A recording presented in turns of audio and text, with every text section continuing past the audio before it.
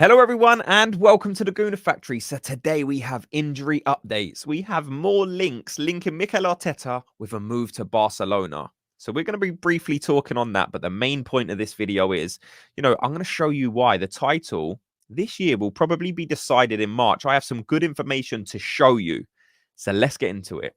So the first story we're going to get into today is this: more links with Mikel Arteta and Barcelona. We thought these links were probably dead. When Mikel Arteta come out a week or so ago, he couldn't have killed the rumours anymore, but they still seem to be pushing this narrative that Mikel Arteta will be going to Barcelona. So let's read this. It says, Barca really likes Mikel Arteta for his attacking style, combinative football, competitive character, and knowledge of the Barca DNA. The downside is he has a contract at Arsenal until 2025. So what do I make of this story? I think Barcelona clearly want Mikel Arteta as their next manager. And the only way these rumours will go away is if Mikel Arteta uses his words, not by speaking, but by penning a new Arsenal contract. I think that's the only way these stories disappear. He done a good job coming out a week or so ago, and he couldn't have been more clear. He said he's got unfinished business at Arsenal, and that's exactly what he's got. He can't be leaving us now. We are so close to being where Mikel Arteta, I'm sure, wants us to be. We are in a title race. We are still in the Champions League. So Mikel Arteta just needs to end and quash the rumours, just sign a new deal and get this over and done with, okay? So the next story we're getting into is why March, February as well, but mainly March is such an important month for this year's title race. Okay, so I'm going to go through Man City at first, because I do think they are Arsenal's biggest title rival this season. They've won 5 of the last 6. Liverpool are a fairly new team in terms of, building their midfield again. They've obviously got some experienced players in there with Salah and Van Dijk, but I still think Man City are the team that's going to push Arsenal closest for that title. Okay, so if we have a look at City's February, they got some big games, but they've also got a couple of winnable games in there. The hardest one of the bunch is obviously that first game.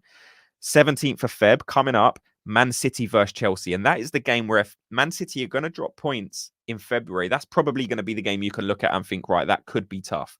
Chelsea are kind of an easy touch at the minute. They sit 11th in the league, but they do have some good players, so they will be capable of putting on a good performance. It's about time this Chelsea team, with the players they've got, start putting a run of games together and start picking up some wins. And hopefully this game against Man City, they can do us a favor.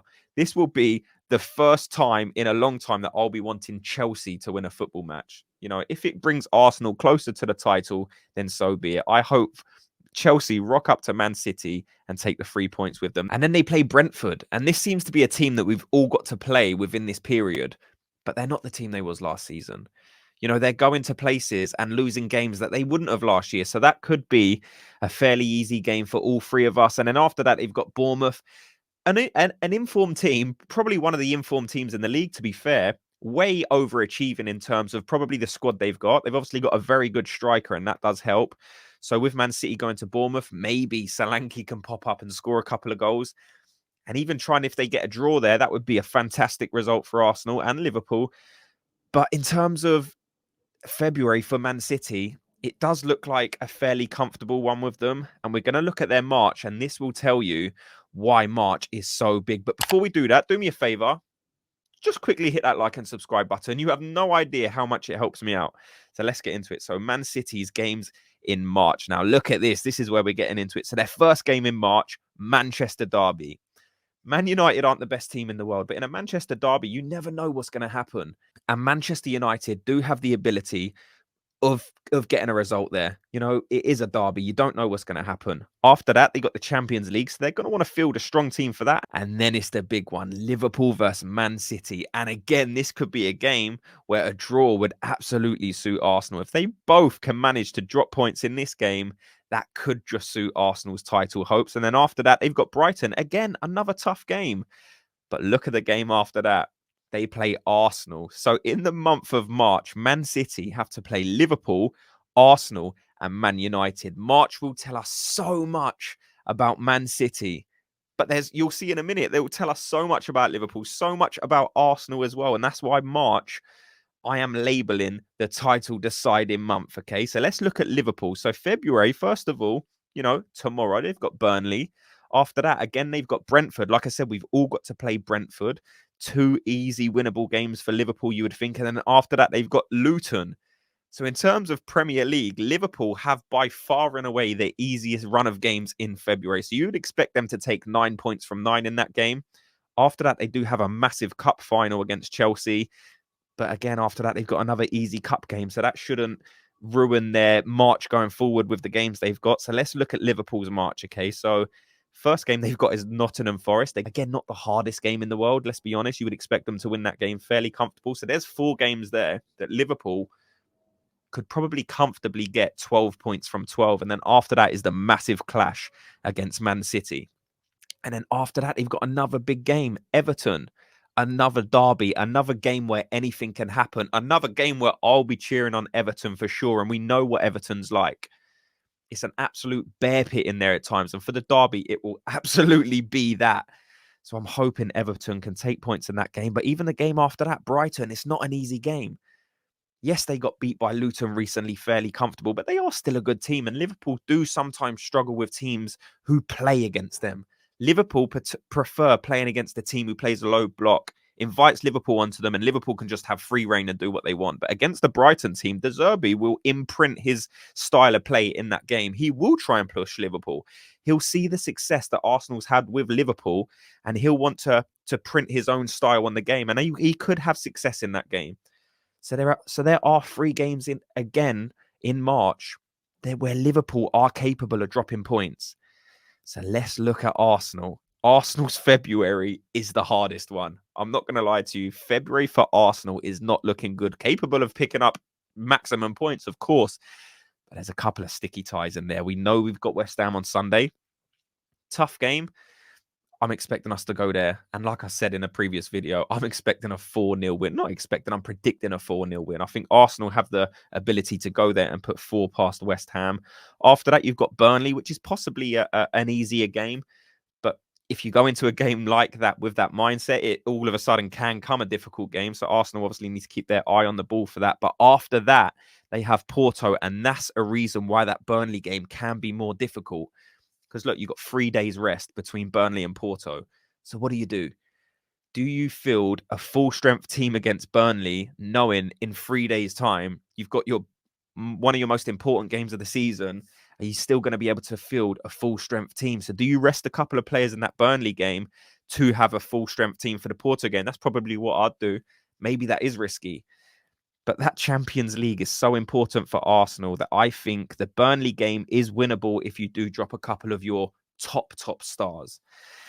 So that's why that Burnley game could be difficult. And then Newcastle, February. Newcastle is a tough game. We know how strong they are. We know how rugged they are. We know how much their players like to get in your face. Their central midfield players are very dominant. You know, they like to have a fight. They like to have a scrap. And I do think Arsenal do have the players to be able to deal with that now. But it's just a different thing that Arsenal are going to be able to going to have to deal with in this game. And then you've got March. Sheffield United starting out fairly comfortable one, you would imagine. Arsenal should be able to go there and take 3 points. And again, Brentford. It is a tough game, but probably not as tough as it would have been last season. And then you've got the second leg of that Porto tie, which will be a massive one. And that's where you're going to struggle because 3 days later, you're going to have to play Chelsea.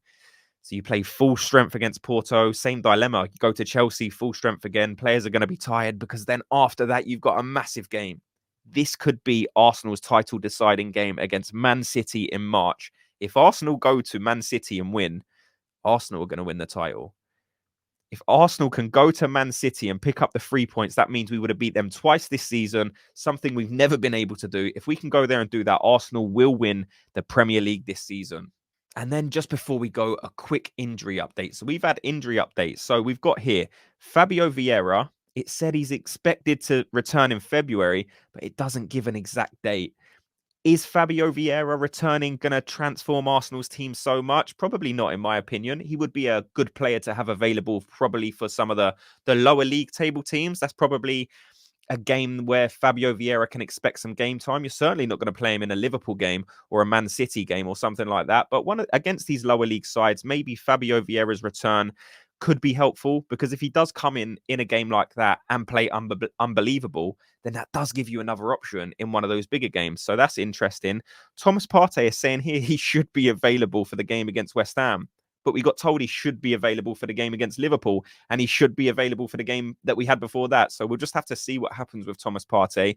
Mikel Arteta seems to be, being extra careful with the return of Thomas Partey. I'm sure he doesn't want him to come back in, start playing a couple of games, and then lose him again for another 3 months. So maybe that's the right decision. It probably is. Wean him back into the team, get plenty of training under his belt, make sure this problem won't arise again, and then throw him in. And then have that midfield we've all been dreaming and waiting for. Other injury updates, we've got Gabriel Jesus, again, saying he should be available for the West Ham game. Saying here he had a problem with his knee, felt something in his knee. His knees are such a problem. That is what keeps keeping him out of these games. So, if it is just a small niggle, a bit of discomfort, it says here, maybe it is just that, and he will be available for the West Ham game. Who else do we have in here? Zinchenko, it says return date unknown. He felt something in his calf. I'm guessing we're still waiting for updates on that, or maybe Mikel Arteta will give it in his press conference later today. So if we do hear on that, obviously we'll speak on it in tomorrow's video. So yeah, that is all the injury updates we have for now. Of course, more will be coming in, and as and when we get that, we will of course be bringing it to you. So make sure you are subscribed, like and subscribe. Like I said earlier, it helps me out. Thank you. And as always, thanks so much to everyone for watching and listening. I do appreciate it. And I will speak to you all in tomorrow's video. Gooners, have a good day.